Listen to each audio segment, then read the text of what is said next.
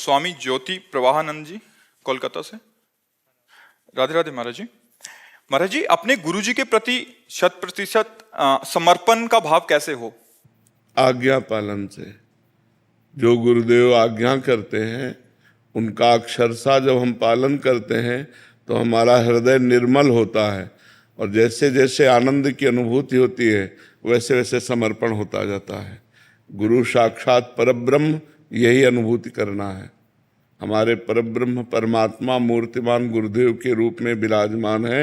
हमारी दृष्टि बस इसी में टिक जाए तब हमारी गुरु भक्ति पूर्णता को प्राप्त होती है। वो गुरु आज्ञा, आज्ञा सम्न सुसाहिब सेवा। गुरु जैसी आज्ञा करे, जिस तरह से रहनी बतावें, जो नाम मंत्र दें, जो उपासना दें, उसी में चित्त जोड़ दे तो शिष्य गुरु स्वरूप हो जाता है। जो गुरु के हृदय में चलता है वही शिष्य के हृदय में आ जाता है। शिष्य और गुरु अभेद हो जाते हैं, तभी भक्ति पूर्ण मानी जाती है, जब शिष्य और गुरु अभेद स्थिति को प्राप्त हो जाए। इसलिए अपने गुरुदेव के द्वारा दिए हुए नाम मंत्र, उनके द्वारा दिया हुआ जो साधन है, साधन पथ है, उसे दृढ़ता पूर्वक पकड़कर उसी में चलते रहना चाहिए। गुरु के विरुद्ध यदि इतना भी आचरण होगा वो हमारे आनंद का नाश कर देगा। गुरु की अवज्ञा होगी तो परमार्थ ढक जाएगा, दिखाई ही नहीं देगा। बस यही मायाकृत मान सम्मान, भोजन, रुपया, पैसा, प्रणाम, नमस्कार, बस यही दिखाई देगा। और गुरु कृपा हो गई तो ये सब धूल धूसरित हो जाएगा। जैसे बमन की तरफ कोई देखना भी नहीं चाहता, ऐसे इस भोग विलासता की तरफ वैराग्य को प्राप्त होकर वो अपने आत्मस्वरूप ब्रह्म स्वरूप का अनुभव कर लेता है, जो गुरु कृपा पात्र होता है। इसलिए गुरुदेव की आज्ञा में रहे, गुरुदेव के बताए हुए साधन पथ पर चले तो गुरुदेव के चरणों में अनन्य प्रेम हो जाएगा। श्वेता रंजन जी। राधा वल्लभ श्री हरिवंश। राधे राधे। महाराज जी, आप कह रहे हैं कि अपने जो अभी जो प्रेम है और गुरु के प्रति और कैसे बढ़ाया जाए? अनन्य तो है, बट और कैसे बढ़ाएं? बस जो गुरु ने नाम दिया, मंत्र दिया, निरंतर जपते जाओ, देखते जाओ कि गुरु से कितना प्रेम होता है। गुरु की आज्ञा का अगर उल्लंघन करके किसी भी जगह अपराध करोगे, वो सीधे अपराध गुरु से अप्रीति कर देगा, गुरु के विरुद्ध भाव आ जाएगा, गुरु के प्रति दोष दर्शन होने लगे। कहीं भी अपराध करो विश्व में, कहीं भी विश्व में अपराध करो, पहले तुम्हारे गुरु से संबंध खंडन होगा, तब तुम्हारा पतन होगा। अगर गुरु से संबंध खंडन न हो तो माया की ताकत नहीं कि वो शिष्य को पतन के मार्ग में ले जाए। इसलिए हम कहीं भी किसी की निंदा ना करें, किसी की निंदा ना सुने, किसी के दोष दर्शन ना करें, किसी के दोष दर्शन वर्णन ना करें, तो हमारा भजन सुरक्षित रहेगा। इसलिए हम तीन को संभालें, वाणी को, कान को, नेत्र को। नेत्र से दोष दर्शन न करें, और कान से हम किसी की निंदा न सुने, और वाणी से हम किसी की निंदा न करें। अगर परदोष दर्शन, परदोष श्रवण, परदोष कथन से बच जाएं और हमारे शरीर के द्वारा कोई मलिन अपराध ना बने, तो गुरु चरणों में दिन प्रतिदिन अनुराग बढ़ता चला जाएगा। गुरु के चरणों में अनुराग बढ़ने का मतलब इष्ट का सानिध्य है। गुरु प्रसन्न साहब अनुकूला, मिटी सकल कल्पित भय। कल्पनात्मक जो जड़ चेतन की ग्रंथि का भाव था वो नष्ट हो गया, वो अपने स्वरूप में स्थित हो गया, या भगवान के प्रेम में मतवाला हो गया। तो पर निंदा, श्रवण, कथन, इससे बचे, और परदोष दर्शन से बचे, और खूब डट के नाम जप करे, और कहीं कोई शरीर से अपवित्र आचरण न होने पावे। नहीं, बहुत बुरा फंसता है साधक, फिर हृदय जलता है, इंद्रियों की विलासता में फंस करके वो अपना नाश कर लेता है। अब चढ़ने की हिम्मत नहीं रह गई, और इंद्रियों की विलासिता उसे ऐसा कमजोर कर देती है कि जिस भोग में वो सुख चाहता था अब वही जलाता है उसे, पर उसे छोड़ नहीं सकता। इसलिए गुरु अवज्ञा ना हो, गुरु आज्ञा के अनुसार जीवन हो, तो प्रतिदिन अनुग्रह बढ़ता जाएगा, अनुराग बढ़ता जाएगा, गुरु कृपा बढ़ती जाएगी, गुरु प्रेम बढ़ता जाएगा। गोपीलाल जी, राजस्थान से। राधा वल्लभ श्री हरिवंश। महाराज जी, आपका भी गुरु से संबंधित ही प्रश्न है कि गुरु की सेवा महाराज जी पूर्व के भजन से मिलती है या कृपा से, या उससे कैसा? नहीं, कृपा से मिलती है। इसमें अपना साधन पक्ष तो नहीं होता। गुरु सेवा गुरु कृपा से मिलती है। जब गुरु प्रसन्न होते हैं, अहेतुकी कृपा करते हैं, तब वो आज्ञा कर देते हैं। उपदेश करना अलग बात है, प्रवचन करना अलग बात है, आज्ञा करना अलग। आज से तुम ऐसे रहोगे, आज से तुम ये जपोगे, आज से तुम ये करो, ये गुरु आज्ञा है। बस यही सेवा है। हाथ पैर दबाना, कपड़ा धो देना, भोजन प्रसाद की व्यवस्था कर देना, ये बाह्य सेवा है। ये बाह्य सेवा करते हुए भी यदि गुरु की आज्ञा का उल्लंघन हो जाए तो लाभ नहीं प्राप्त हो पाएगा। बाह्य सेवा नहीं है और गुरु की आज्ञा पे आप चल रहे हो तो वही वस्तु प्राप्त होगी जो गुरुदेव को प्राप्त है। तो सबसे जोरदार बात है गुरु आज्ञा का पालन करना, किसी संत महापुरुष की आज्ञा में जीवन समर्पित कर देना। ये बहुत कठिन बात है। मन स्वतंत्रता चाहता है, मनमानी आचरण करना चाहता है, गुरु की आज्ञा में चलना बिल्कुल कठिन बात है।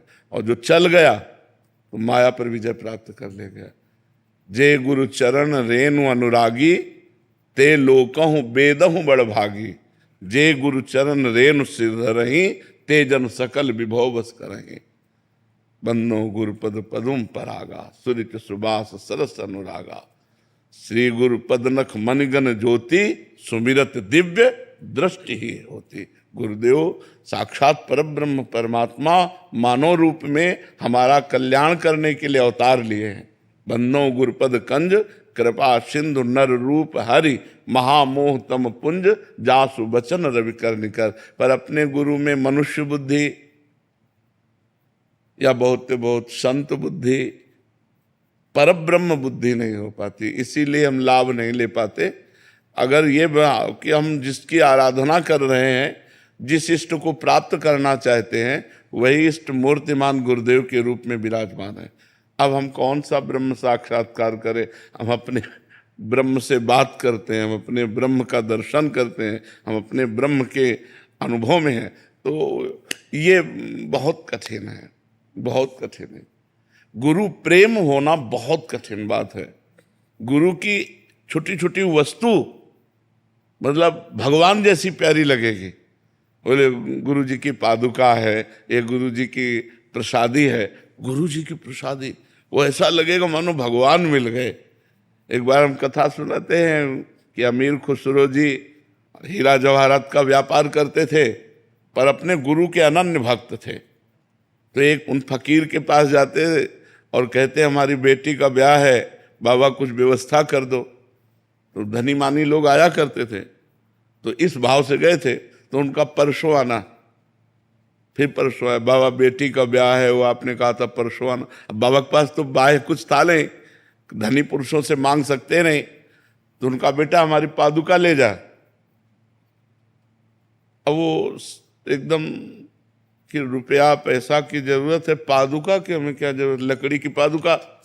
पर संत ने कहा, उसको सबसे बड़ी बात थी, संत ने कहा है तो आज्ञा पालन किया, पादुका सर पे रखी। अब बोला जो भगवान रचे होंगे, वो घर के लिए चल दिया। रास्ते में अमीर खुसरो आ रहे थे, उनको सुगंध आई अपने गुरु की, अनुभूति हुई मेरे गुरु की कोई वस्तु है। अपने जनों से कहा देखो देखो कोई आसपास ऐसा है जिसके पास गुरु की वस्तु कोई है, हमारे गुरुदेव की हमें अनुभूति हो रही है। और बावरे से हो गए, देखा वो खुला पादुका लिया। कहाँ से आ रहे हो? बोले बाबा के पास गए थे। बाबा के पास किस लिए? धन लेने के लिए। तो बाबा ने पादुका दे दी। तो बेचोगे पादुका? हाँ, हमको पादुका की जरूरत क्या है? तो बोले 13 ऊँटों में असरफी हीरा है, आप ले जाओ। मैं नौकरों सहित ऊँटों सहित और पादुका ली और गए, जाकर प्रणाम किया, पादुका रखी। गुरु जी पादुका ले आए। बोले कितने में? बोले 13 ऊँटों की असरफी। बोले हाँ ठीक है, चलो, सस्ता था, सौदा सस्ता किया। ये अनुभूति तभी होती है जब गुरु में परब्रह्म भाव हो, तन मन धन सब कुछ, सकल समर्पण प्राण धन। गुरु सेवा तज करे जे बान, यह अधर्म यह सब हानि, कान न रसकन में रहे, गुरु गोविंद न भेद कराए, संतत सकल सुनो चितलाए, श्री हरिवंश प्रताप जस। प्राणपन से गुरुदेव में जो समर्पित हो गए तो गुरुदेव का प्यार मिलता है, फिर सेवा मिलती है। समर्थ गुरु रामदास जी की सेवा में जो नजदीक शरीर सेवा में है वो तो 2-3-4 होंगे। तो औरों को ईर्ष्या हुई उनमें एक सबसे ज्यादा हर बात उन्हीं से कहते थे समर्थ गुरु रामदास जी। तो सबको ईर्ष्या हुई कि हम भी तो शिष्य हैं, हम भी तो ऐसा क्यों। तो धीरे धीरे ईर्ष्या बड़ा रूप रखी। तो निंदा स्तुति की जब समर्थ गुरु रामदास जी ने सुना तो उन्होंने एक लीला की, बहुत दर्द हो रहा है जांग में, तो जो आवे प्रणाम करे, बहुत दर्द हो रहा है जांग में। तो गुरुजी क्या हो गया? फोड़ा हो गया है, बहुत दर्द कर रहा है। तो बोले शिवाजी से कहें, क्योंकि शिवाजी शिष्य थे, राजवैद्य लेके आज। बोले राजवैद्यों से नहीं ठीक होगा, सब शिष्य एकत्रित हो। आज्ञा हुई, सब शिष्य एकत्रित। बोले जहरीला फोड़ा है और इसका मुंह यहाँ है, अगर मुंह लगाकर पूरा मवाद पी लिया जाए तो हमारा अभी ठीक हो जाएगा, लेकिन जो पिएगा वो मर जाएगा। खसकने लगे पीछे, मरने वाले शिष्य कोई नहीं, सब पीछे हट गए। वो जो शरीर सेवा में थे, वो उन्होंने कहा गुरुजी हमें आज्ञा हो तो ये सेवा हम कर दें। उनका हाँ आज्ञा है। उन्होंने हटाया कपड़ा और मुंह लगाया, बड़ा मीठा लगा, क्योंकि वो कलमी आम बना था और कुछ नहीं था। पूरा पूरा दबा दबा के पे। बोले गुरुजी अगर रोज पीले को मिले तो और जितने शिष्य थे वो सब अवाक रह गए। तो उन्होंने कहा देखा, ये सकल समर्पण प्राण, गुरु के लिए प्राण समर्पित है। अगर हम ये जहर पी लेते हैं, मवाद पी लेते हैं और गुरुजी अगर स्वस्थ हो जाते हैं तो मेरा मर जाना उचित है, गुरुजी स्वस्थ हो जाए। ऐसा समर्पण होना, ऐसा भाव होना बहुत कठिन बात है कि हमारे गुरुजी परब्रह्म परमात्मा है, हमारे गुरुजी सर्वस्व है। ऐसा भाव बहुत कठिन है, बहुत कठिन है। कुछ दे देना, कुछ प्रणाम नमस्कार कर लेना, खवा पिला देना, ये सब हो सकता है, लेकिन सकल समर्पण, प्राण धन सब कुछ गुरुदेव का, गुरुदेव की आज्ञा पर प्राण त्याग देना, ये बहुत कठिन बात है। बोले हमारे गुरुजी कहते हैं ऐसा, अब दूसरों से सलाह ले। अरे ऐसा कहीं होता है? आप बस खत्म खेलो, गुरु की बात किसी से नहीं। मेरे मालिक का हुक्म हुक्म है, ये जीवन आपके लिए समर्पित है, आप कहो अभी गला उतार दें, ऐसा।